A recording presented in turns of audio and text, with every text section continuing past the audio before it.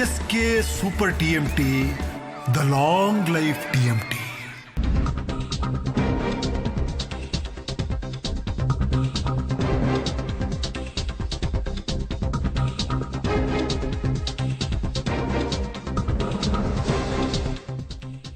ಬಾಗಲಕೋಟೆ ವಿಧಾನಸಭಾ ಕ್ಷೇತ್ರದ ಬೈ ಎಲೆಕ್ಷನ್ನ ಫಲಿತಾಂಶ ಪ್ರಕಟವಾಗಿದೆ. ಉಮೇಶ್ ಮೇಟಿ ಅವರು ಇಲ್ಲಿ ಗೆಲುವಿನ ನಗೆಯನ್ನ ಬೀರ್ತಾ ಇದ್ದಾರೆ. ಉಮೇಶ್ ಮೇಟಿ ಅವರಿಗೆ ಈ ಬಾರಿ ಟಿಕೆಟ್ ಅನ್ನು ಅನೌನ್ಸ್ ಮಾಡಿತ್ತು. ದೊಡ್ಡ ಮಟ್ಟದ ಪೈಪೋಟಿ ಕೂಡ ಇತ್ತು. 22,332 ಮತಗಳ ಅಂತರದಿಂದ ಉಮೇಶ್ ಮೇಟಿ ಮೊಟ್ಟ ಮೊದಲ ಬಾರಿಗೆ ಗೆಲುವನ್ನು ದಾಖಲಿಸ್ತಾ ಇದ್ದಾರೆ. HY ಮೇಟಿ ಅವರಿಂದ ತೆರವಾದಂತಹ ಕ್ಷೇತ್ರ ಇದು. ಬಿಜೆಪಿಯ ವೀರಣ್ಣ ಚರಂತಿಮಠ್ ಅವರಿಗೆ 76,000 ಮತಗಳು ಸಿಕ್ಕಿದಾವೆ ಅನ್ನೋದು ಗೊತ್ತಾಗ್ತಾ ಇದೆ. ಉಮೇಶ್ ಮೇಟಿ ಮತ್ತು ವೀರಣ್ಣ ಚರಂತಿಮಠ ನಡುವೆ ಜಿದ್ದಾಜಿದ್ದಿನ ಪೈಪೋಟಿ ಏರ್ಪಾಡಾಗಿತ್ತು. ಈ ಬಾರಿ ಬಿಜೆಪಿಯಲ್ಲಿ ಗೆಲುವಿನ ನಗೆಯನ್ನ ಬೀರುವ ಸಾಧ್ಯತೆ ಇದೆ ಅನ್ನುವಂತಹ ವಿಶ್ವಾಸದಲ್ಲೂ ಕೂಡ ವೀರಣ್ಣ ಚರಂತಿಮಠ್ ಅವರಿದ್ರು. ಕಾರಣ ವೀರಣ್ಣ ಚರಂತಿಮಠ್ ಅವರು ರಾಜಕೀಯದಲ್ಲಿ ಎಕ್ಸ್ಪೀರಿಯನ್ಸ್ ಇರುವಂತಹ ವ್ಯಕ್ತಿ, ಜೊತೆಗೆ HY ಮೇಟಿ ಅವರ ಜೊತೆಗೆ ತೊಡೆತಟ್ಟಿದಂತಹ ವ್ಯಕ್ತಿ. ಕಳೆದ ಬಾರಿ ಕೆಲವೇ ಮತಗಳ ಅಂತರದಿಂದ ಸೋಲುಂಡಿದ್ರು ವೀರಣ್ಣ ಚರಂತಿಮಠ್ ಅವರು, 5,000 ಮತಗಳಿಂದ. ಈ ಬಾರಿ ಅದು ಅವರಿಗೆ ವರ್ಕೌಟ್ ಆಗಬಹುದು, ಗೆಲುವಿನ ನಗೆ ಬೀರಬಹುದು ಅನ್ನುವಂತಹ ವಿಶ್ವಾಸದಲ್ಲಿದ್ರು. ಬಟ್ ಒನ್ಸ್ ಅಗೇನ್ ಅನುಕಂಪದ ಅಲೆ ಇಲ್ಲಿ ವರ್ಕೌಟ್ ಆಗಿರೋದು ಸ್ಪಷ್ಟವಾಗಿ ಗೊತ್ತಾಗ್ತಾ ಇದೆ. ಹಾಗಾಗಿಯೇ ವೀರಣ್ಣ ಚರಂತಿಮಠ್ಗೆ ಸೋಲಾಗಿದೆ. ಕಾಂಗ್ರೆಸ್ನ ಉಮೇಶ್ ಮೇಟಿ ಅವರು ಗೆಲುವಿನ ನಗೆಯನ್ನ ಬೀರಿದ್ದಾರೆ. ಮೇಟಿ ಕುಟುಂಬದಲ್ಲಿಯೇ ಟಿಕೆಟ್ಗಾಗಿ ದೊಡ್ಡ ಮಟ್ಟದ ಪೈಪೋಟಿ ಏರ್ಪಾಡಾಗಿತ್ತು.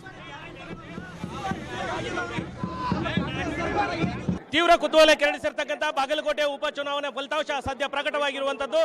ಕಾಂಗ್ರೆಸ್ಸಿನ ಅಭ್ಯರ್ಥಿ ಉಮೇಶ್ ಮೇಟಿ ಅವರು ದಾಖಲೆಯ ಜಯವನ್ನ ಗಳಿಸಿರುವಂತದ್ದು. ಈ ಬಗ್ಗೆ ಮಾತಾಡಲಿಕ್ಕೆ ಸ್ವತಃ ಉಮೇಶ್ ಮೇಟಿ ಅವರು ನಮ್ಮ ಜೊತೆಗಿದ್ದಾರೆ. ಅವ್ರು ಏನ್ ಹೇಳ್ತಾರೆ ಅಂತ ಕೇಳೋಣ. ಸರ್, ಮೊದಲನೇದಾಗಿ ನಿಮ್ಮ ಗೆಲುವಿಗೆ ಏನು ಕಾರಣ? ಸರ್ಕಾರದ ಎಲ್ಲ ಕೆಲಸಗಳ ಕಾರಣ ಅಂತ. ಅನುಕಂಪದ ಅಲೆ ಒಂದು ಕಡೆ, ಮತ್ತೊಂದು ಕಡೆ ಇಡೀ ಸರ್ಕಾರವೇ ಬಂದು ನಿಲ್ತು.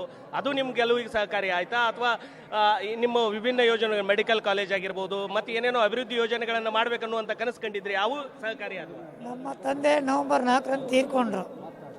ಇವತ್ತು ಮೇ 4, ಇವತ್ತಿಗೆ 6 ತಿಂಗಳಾಯ್ತು ನಮ್ಮ ತಂದೆ ತೀರ್ಕೊಂಡು.